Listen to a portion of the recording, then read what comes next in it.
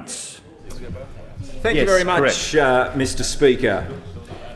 Well, what has happened to the Party of the Workers?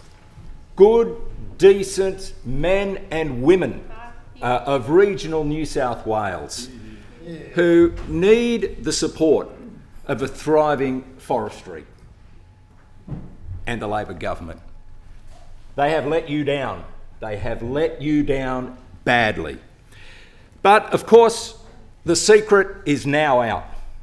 This is not actually about saving the koalas dressed up in that fashion.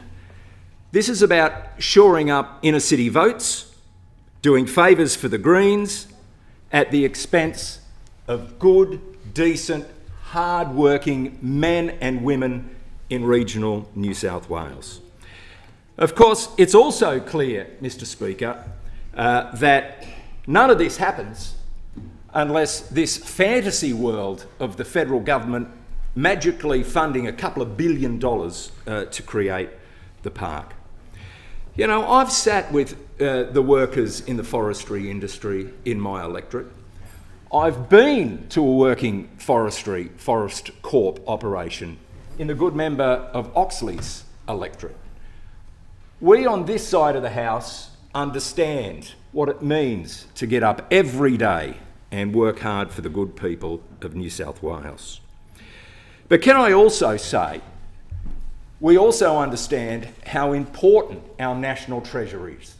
There is not one person on this side of the House, or dare I say that side of the House, that wants to see our national icon decline.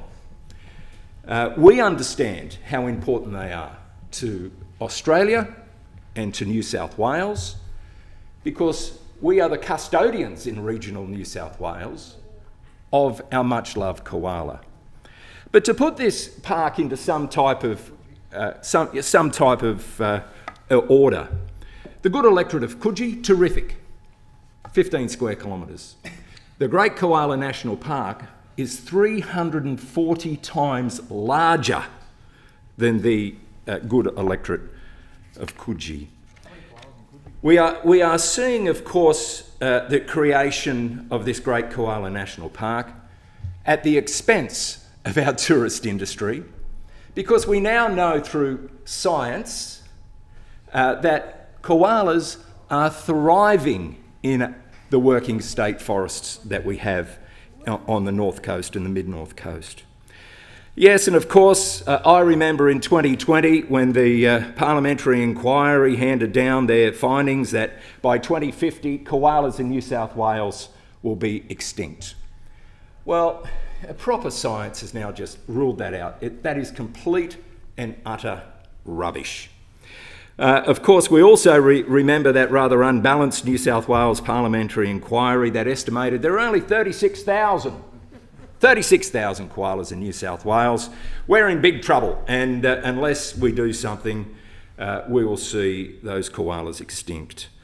Well, now the science, and it's not Richie's science, it's not the national science, it's not the Liberal science, it's not the coalition science, it's the government science, says that koalas are thriving.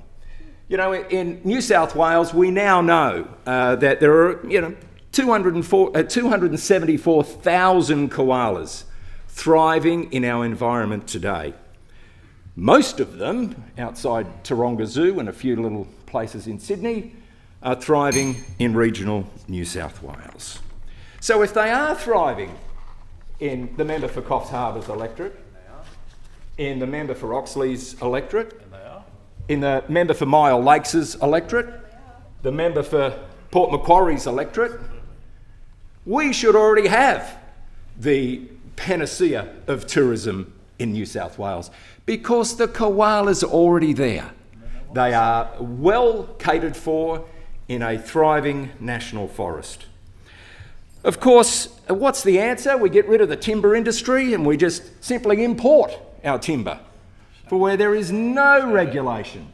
We'll save the koala that really don't need saving, but bugger the orangutans. You know, this is crazy. This is crazy stuff.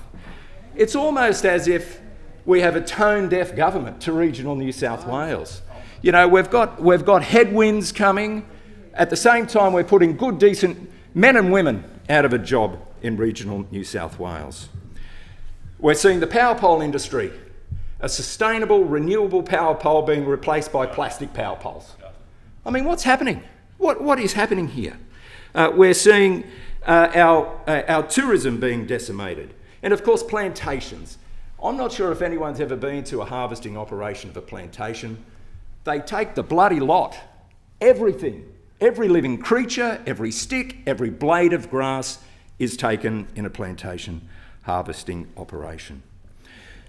So the government have to do better. The government needs to listen to the workers.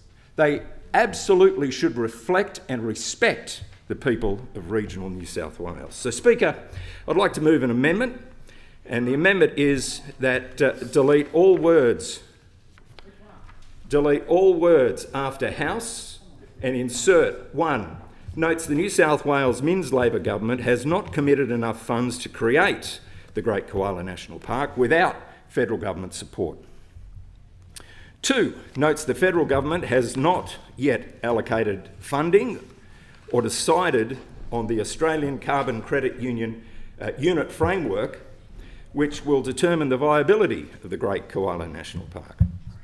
3. Supports local forestry industry workers who have been impacted by the Great Koala National Park. 4. Condemns the Minns Labor government for failing to protect the tourism industry. And 5. Condemns the Minns Labor government for breaking its election promise to keep local timber industry viable in New South Wales. And I so move. Thank you. I thank the member.